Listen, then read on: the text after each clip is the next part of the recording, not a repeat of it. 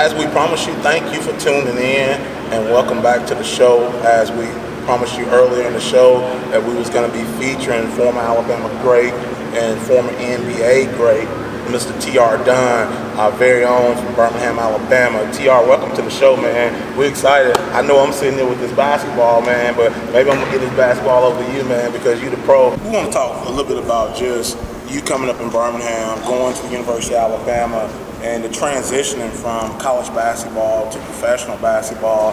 And just as I've done just a little research about you, just seeing the transition from going to a player to a coach. But at this time, just kind of want to give you the opportunity to talk a little bit about, Mr. T.R. Dunn. Well, thank you, first of all, for having me here. It's a pleasure to be here.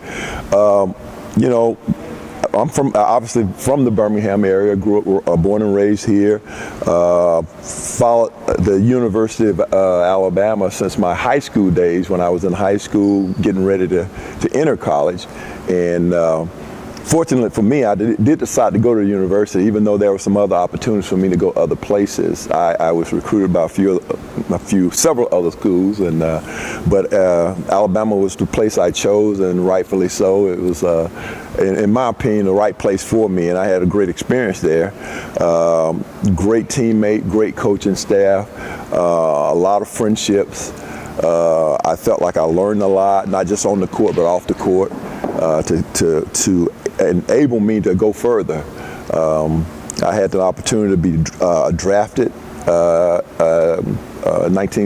I'm telling my age now, but 1977 draft, I was drafted by the Portland Trail Blazers, and I went there and played there for 3 years before being traded in 1980 to the Denver Nuggets.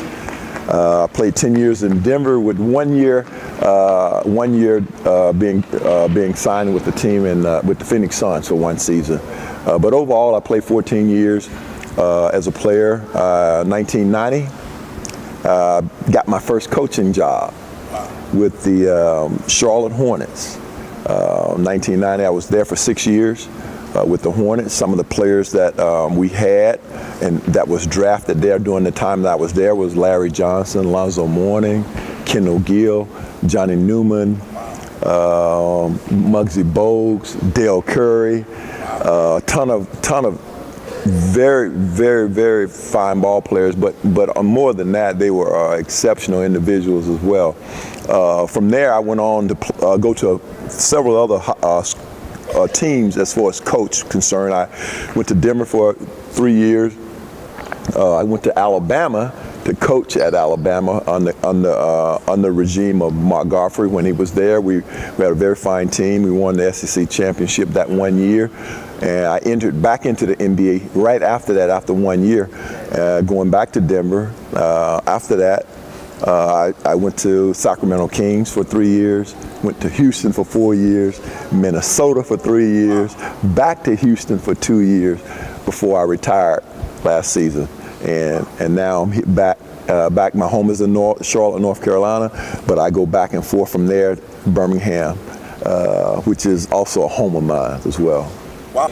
Just one thing that I did want to talk to you a little bit about, the transitioning from being a player.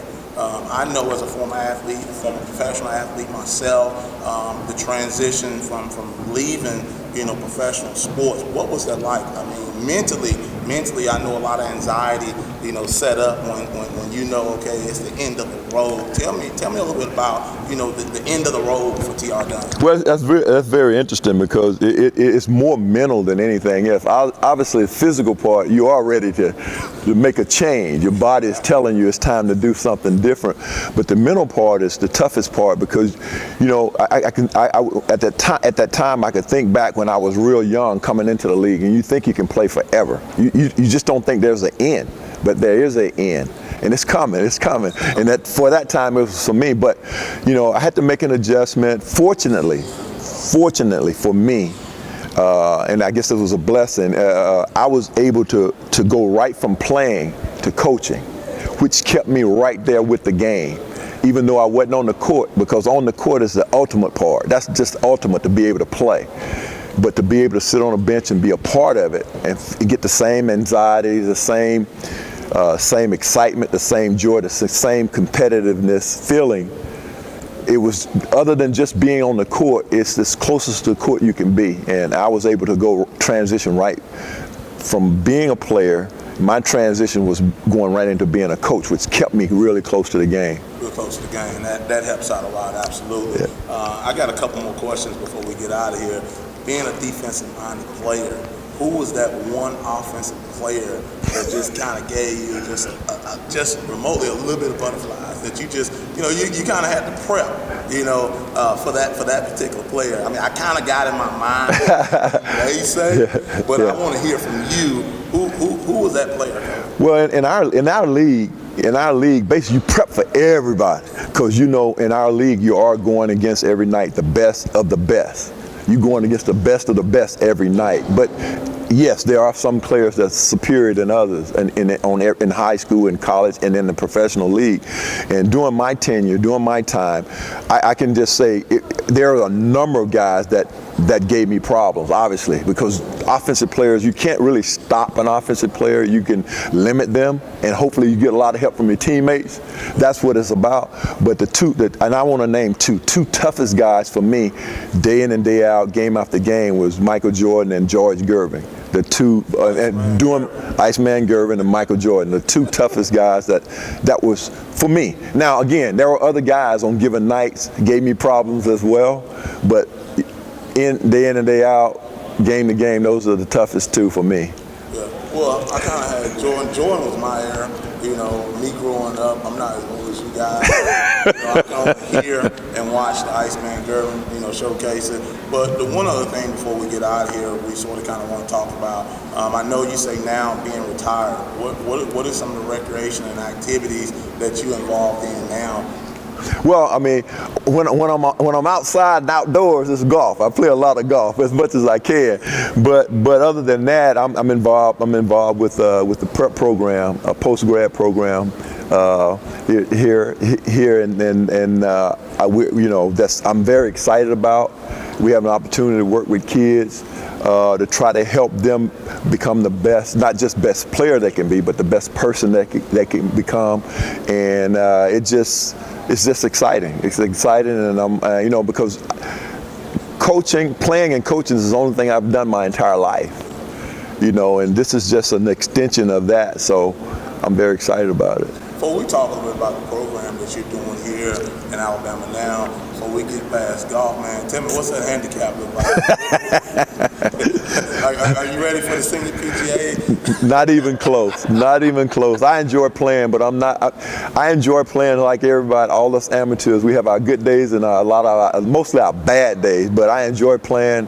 I just love it, and I play as much as I can when I can. Right now, the weather doesn't permit a lot of that, but in summer months, I get a chance to get out and have fun. If you could just tell us, where are you guys playing those games at? Well, our home games at Shays Mountain Community School here on Old Tyler Road. So that's our home gym. We've had some games already. We have one more game before Christmas break, or two more games before the Christmas break, but we'll start up again the first of the year. We've had some fun games here already. A nice crowds have been out, and we just hope to keep building on what we've started. TR, for the young person who's really trying to get to the next level, what advice would you give them? Well, I mean, the advice I would give is pretty much the advice that was given to me, and it's just that you got to work. First of all, you got to work really hard. You got to really work hard on your craft, and it takes a lot of work. And, most kids will say, "Yeah, I do what it takes to get where I need to go," but it's just words. You actually have to put in the work, and you have to believe in yourself. You have to be persistent. Because there's going to be, through your journeys, there's going to be a lot of ups and downs. But if it's something you truly want, you got to be persistent and keep chugging along, keep going, head to head. Just keep your path straight and just keep working. Because again, it's going to be some ups and downs along the way. As I said, you have to believe in yourself. Again, hopefully most kids just like in my case, I had great tutelage, instruction along the way. I had great coaches that pushed me a lot of times when you don't want to be pushed, you got people behind you telling you got to do these things, you got to do these things. You have to, just have to stay on that path and just keep working and keep working. And then when you do that, obviously we all are blessed with certain gifts. Certain guys are strong in certain areas or another, but you got to work on everything. You got to learn. You got to work on ball handling. You got to work on your shooting. You got to be attentive to what you need to do on the defensive end. The little things that I don't know if all young people really understand. Most young people think that they just got to. I got to shoot the basketball. I just got to shoot, which is important. No doubt, that's important.